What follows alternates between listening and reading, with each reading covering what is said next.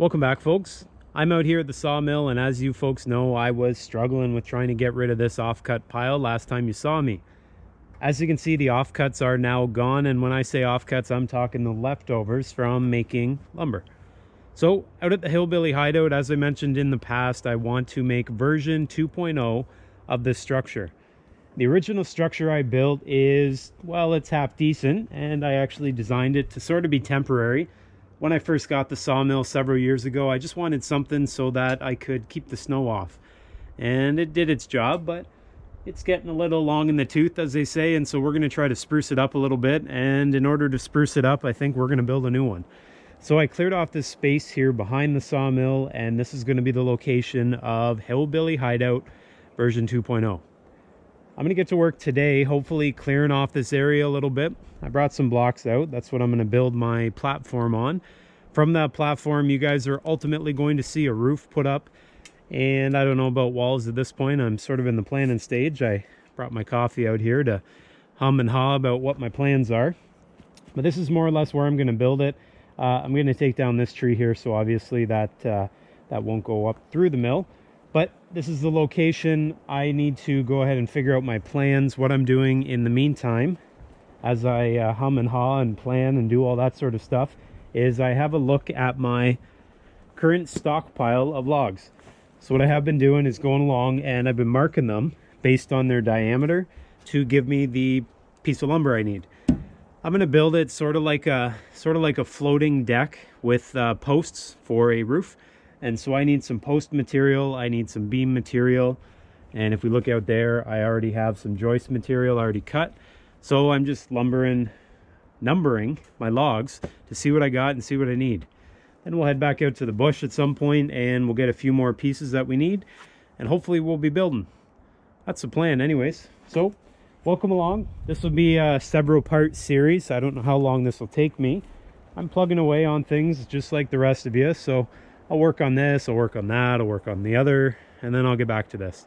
But this will be the start today. Hopefully it's not too long of a project because snow's coming. I think last night we were down to about 4 or 5 degrees Celsius.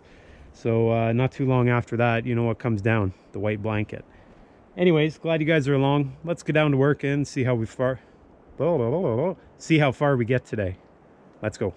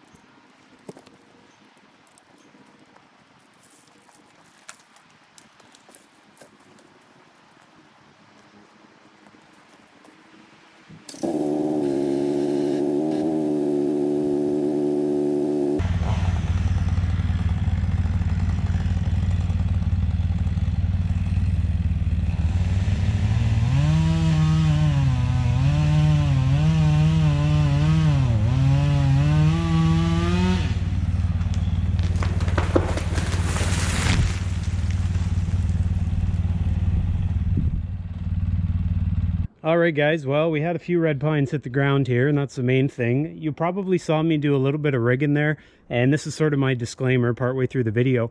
Don't take what you're seeing as the way to do it necessarily, or the safest way, or the best way. It's the way that I do it. I'm not here giving a tutorial on how to cut trees.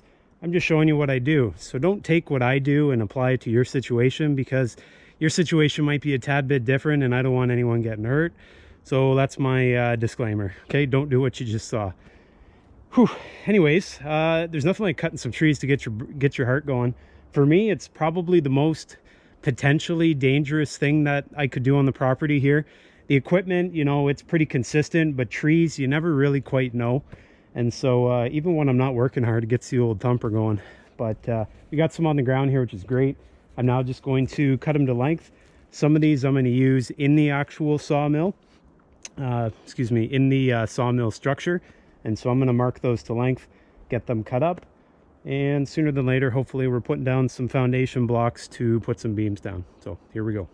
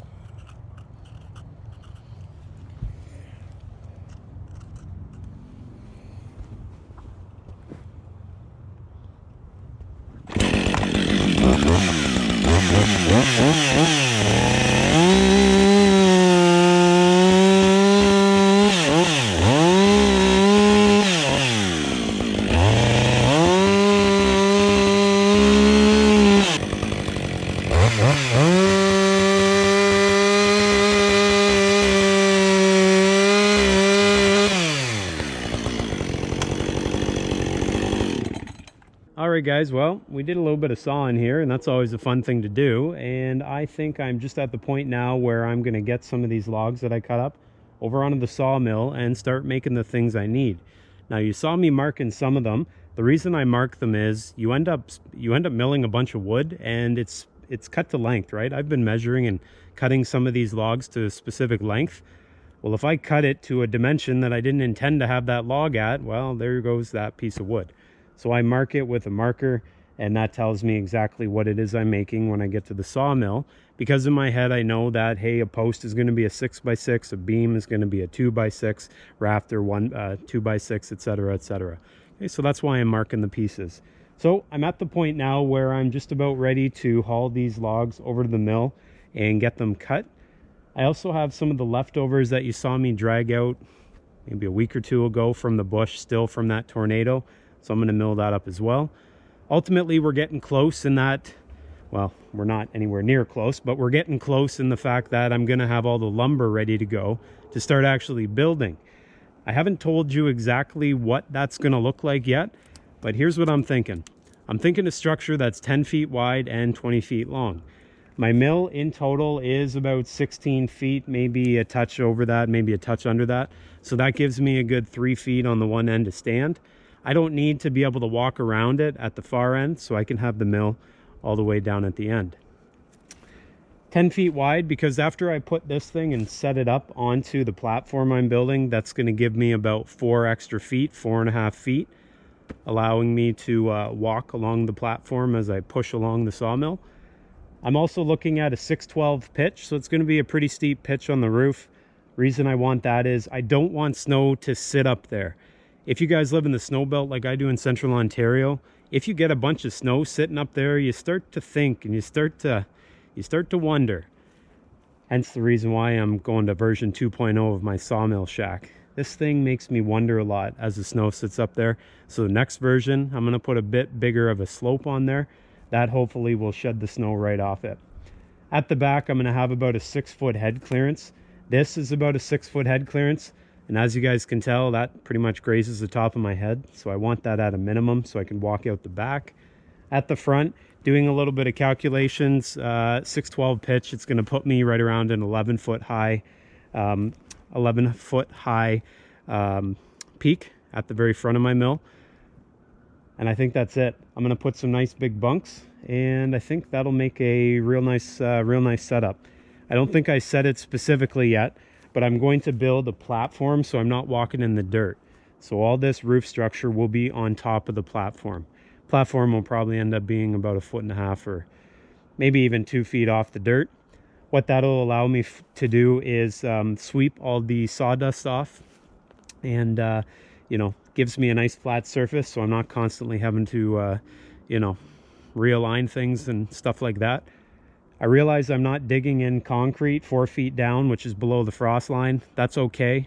I weighed out the pros and cons of digging big holes and pouring concrete and, you know, trying to get it perfectly level right from the start out here in the bush. And I decided that, you know what, this is very sandy type soil, no pun intended. And because of that, it drains quite well. And so my hope is that with that sandy soil, the concrete blocks aren't going to move around all that much. And if they do, underneath my sawmill on top of the platform, I'm going to put 2 long beams, the full length of the mill. So I'll just have to shim those 2 beams if it gets out of whack. Anyways, that's a lot of information. Hopefully you guys got it all. I think it's going to come along nice here. So let's finish off today by doing a little bit of sawmilling. And after that, then we'll be one step closer. Anyways, I'm glad you guys are all along here. This will be a, well, I don't know how long of a journey. Hopefully not that long, because as I said, snow is on its way. Last night was a frosty one. I think we were down closer to, what'd I say, 4 or 5 degrees Celsius. So snow is on its way. I'm going to try to get this up. One last thing. I am building this slightly back from the original location so that I can leave the original location intact so that I can mill wood and build in a location right behind it. If I were to dismantle this, well, my sawmill would have to come down probably, and then I don't have any room to mill, or I don't have a setup to mill, which inevitably I'll need to do because I'll forget about a piece of lumber. That's my 2 cents. That's my reason. Anyways, guys, let's mill some wood and then we'll go from there.